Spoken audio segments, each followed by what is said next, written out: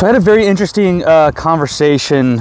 I was reaching out to a friend who actually reached out back to me, and he was like, hey, I want to see if, tell me about your product that you're building. I have enough clients for it now. It's a new product. It's not in beta yet. I'm in the process of building it. It's going to take about another 30 to 60 days. I'm going to see if I can get it done in 30.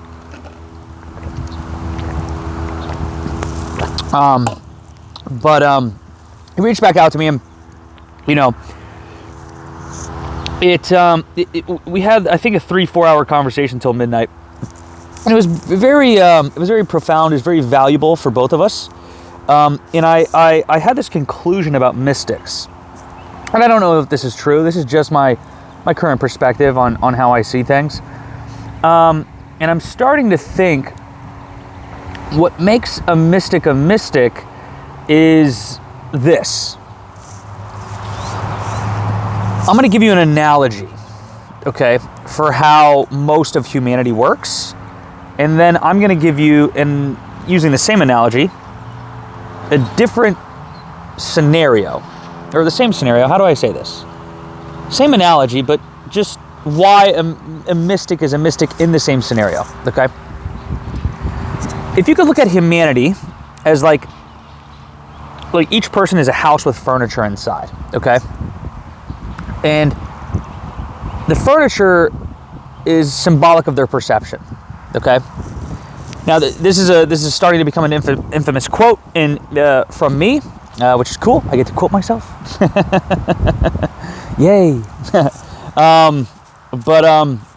Which is, change is not a function of time, it's a function of perception. So if someone looks at something, and usually not something, usually it's everything. Usually their perception doesn't change at all. And I just realized why.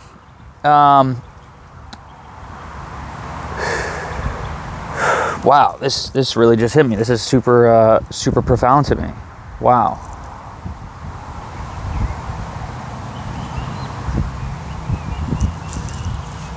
Wow, hold on, just give me a moment. Sorry, I'm blowing my own mind.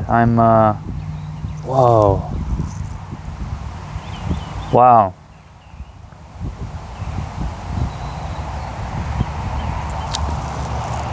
Wow, I'm gonna have to pause this, because I think I might be here for a minute. So I'll be right back, guys. Okay, so we're back. Wow, my mind is still so, wow. I can't wait to share this with you guys. So, if you could look at most of humanity as this house with furniture inside of it, and the furniture never moves, okay? So people are basically still living in the same house, right? Because if the furniture is one way in 2010, and it's still the same in 2020, and it's still the same in 2030, the furniture has not moved at all. So no change has actually happened in their world, because change is not a function of time, change is a function of perception. And if the perception remains the same, no change has occurred, regardless of how much time has passed. And I air quote that because of the illusion of time that I have yet to understand. So what's funny is the mystic, in my opinion, is just someone who understands this one very core principle, regardless of how they say it, okay? Which is this: circumstances reveal unconscious perceptions that trigger conscious reactions. Now, the reason why a mystic is able to do what a mystic is able to do, again, under my current assumption, an impression, and what I assert at this time, is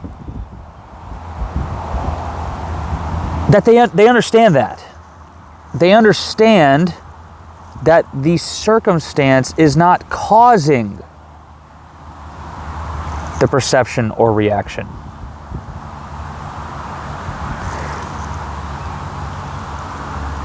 A lot of people do not understand this. And that is why their furniture never moves.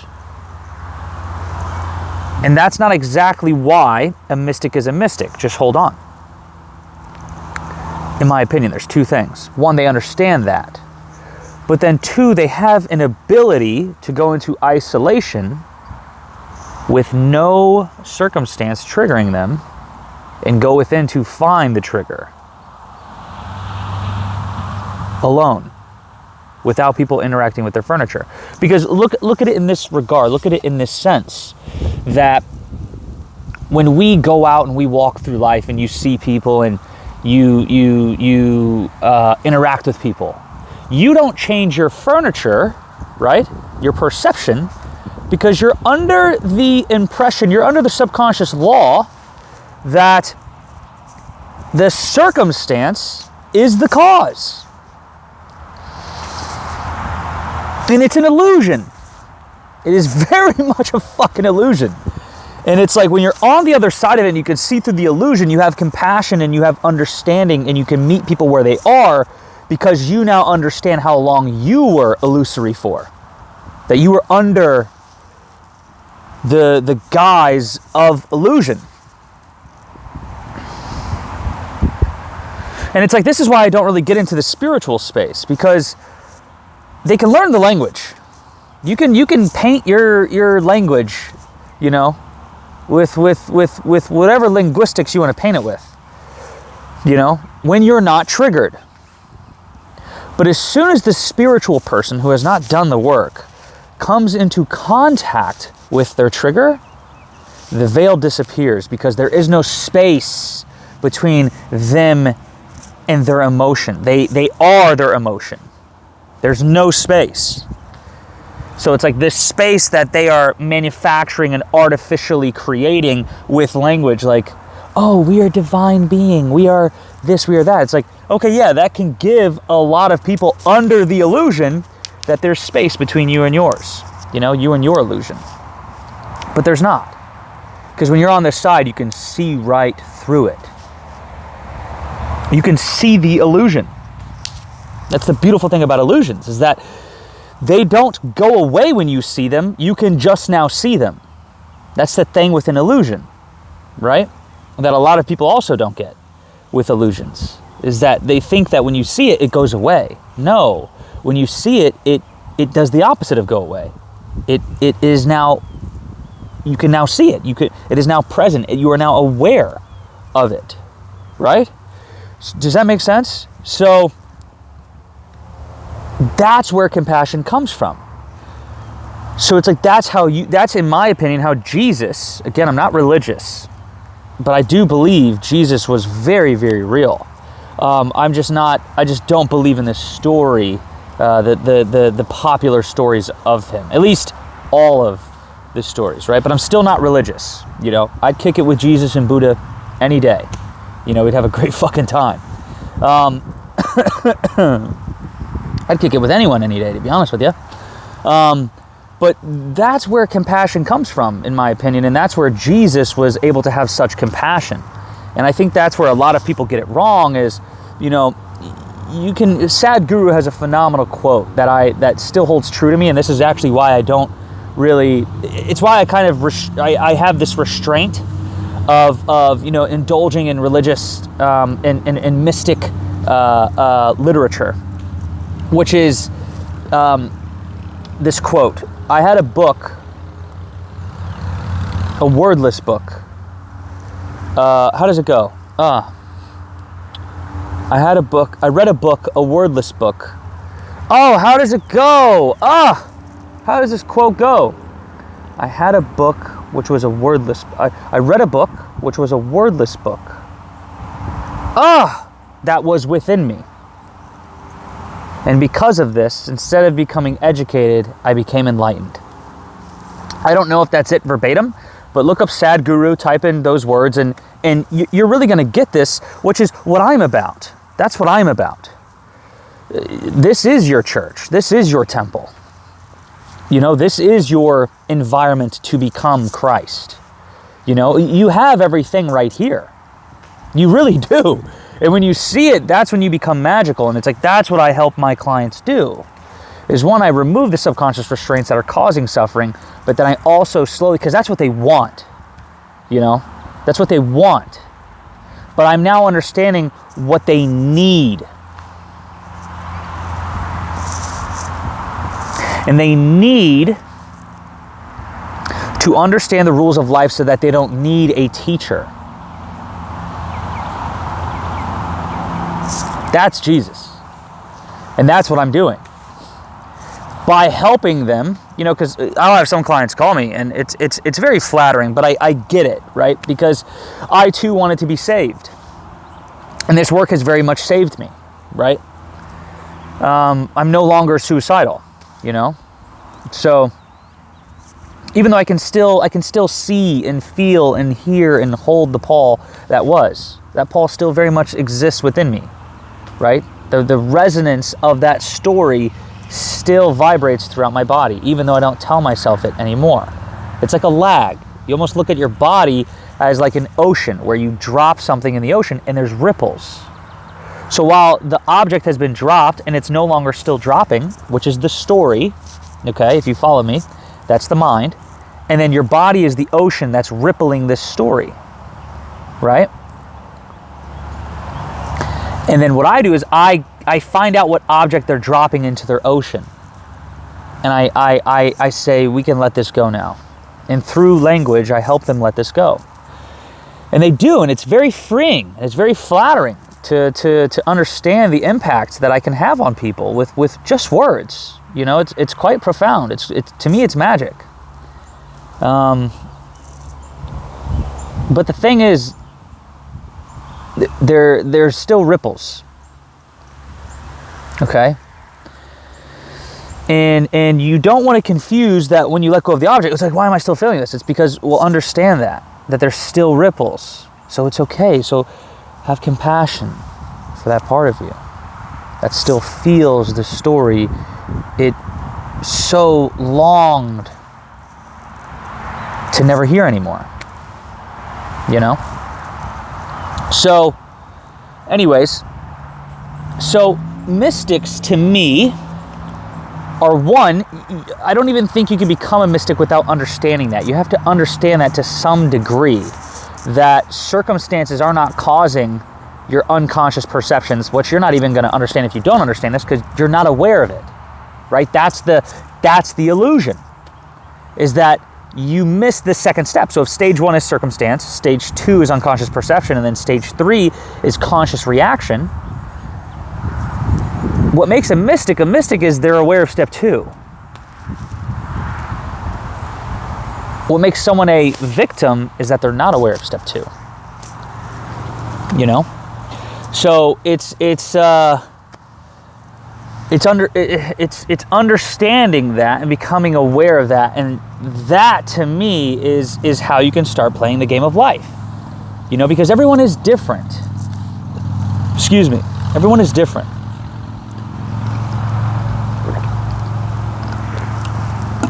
Okay? Everyone is different. Everyone has a different curriculum. So, you know, because I just wasn't a big fan of the school system. You know, I grew up in it, and it just wasn't, it didn't meet me where I was at. You know, it tried. I can acknowledge that now. That's something I can acknowledge now that I wasn't even aware I could acknowledge until I started saying this. And I love how all of this is just flowing out of me. I love this. This is how I like doing YouTube content, guys. This is it. Was that I felt like it didn't meet me where I was at. And it didn't, but it did its best to. You know, I was on a ton of ADHD medication. There were certain, you know, programs like, what's it called? I went to a certain classroom. Was it special ed? I don't think it was special ed. I think it was alternative education. I think that's what it was. Where, you know, I at the time just took longer to comprehend, right? Which is funny. ADHD is I think it's bullshit, one, by the way, but it is a double-edged sword where it can take you longer to comprehend certain things, and usually those certain things are the majority of things that everyone else can comprehend very quickly.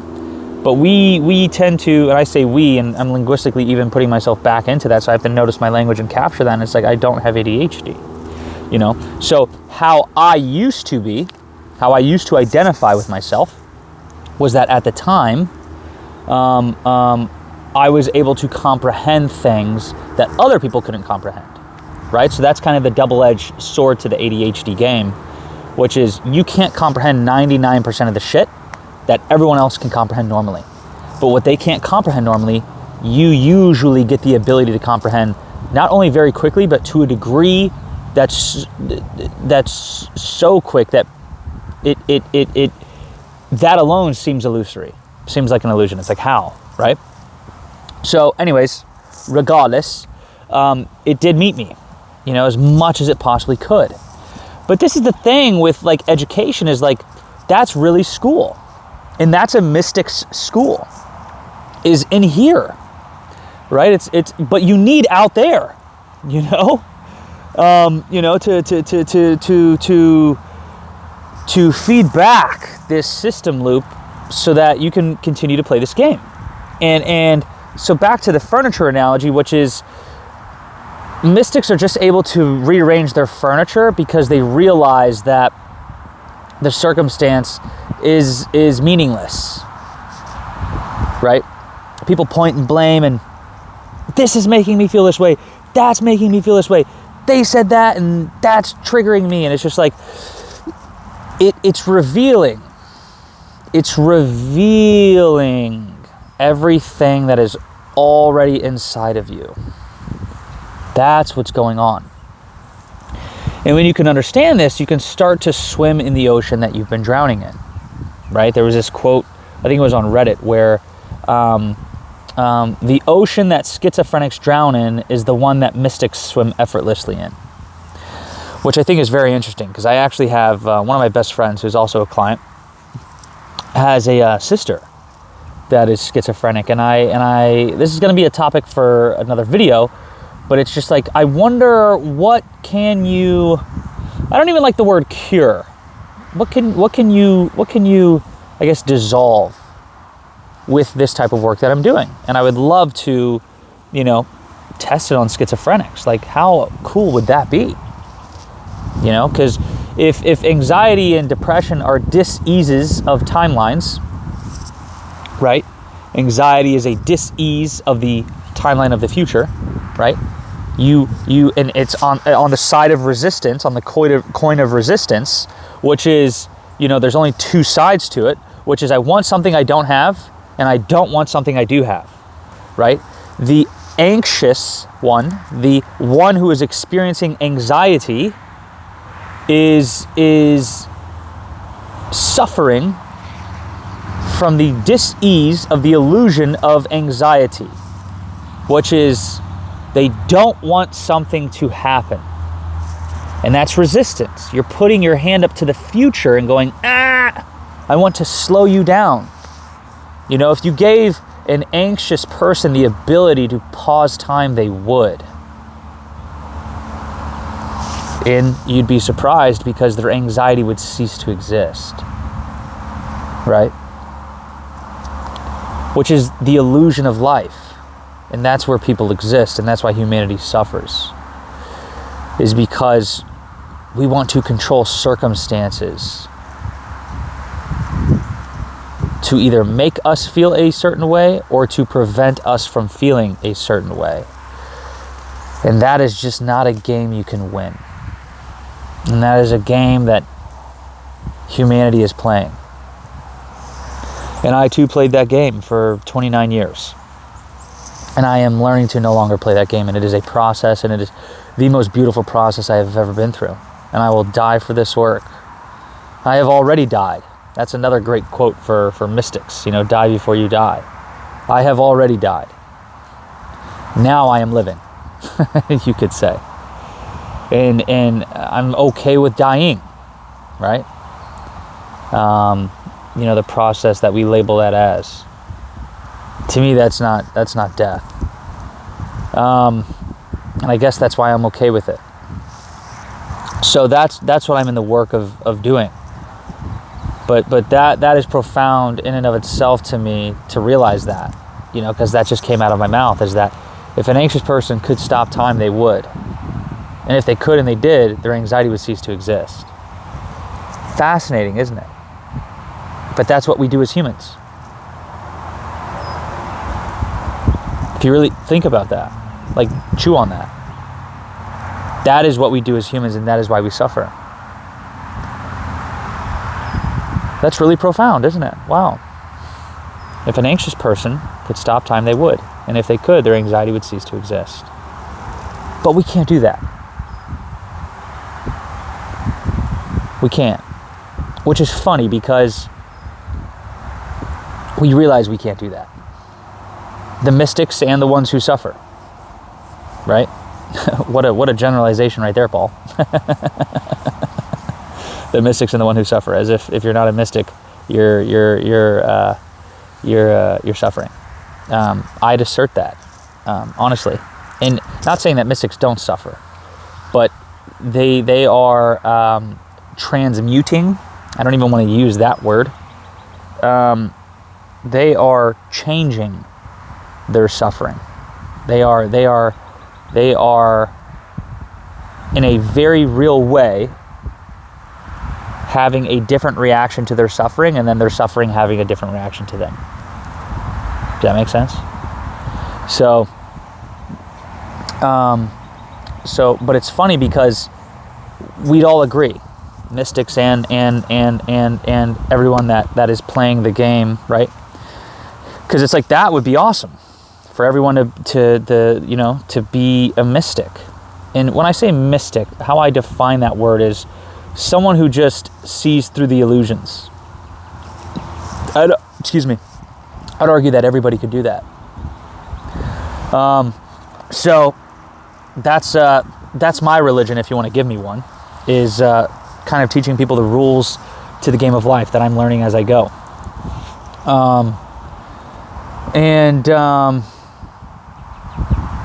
Yeah, I'm just in such flow state right now, guys. So I think we're just going to keep this going. I'm really just not getting in the way of myself right now.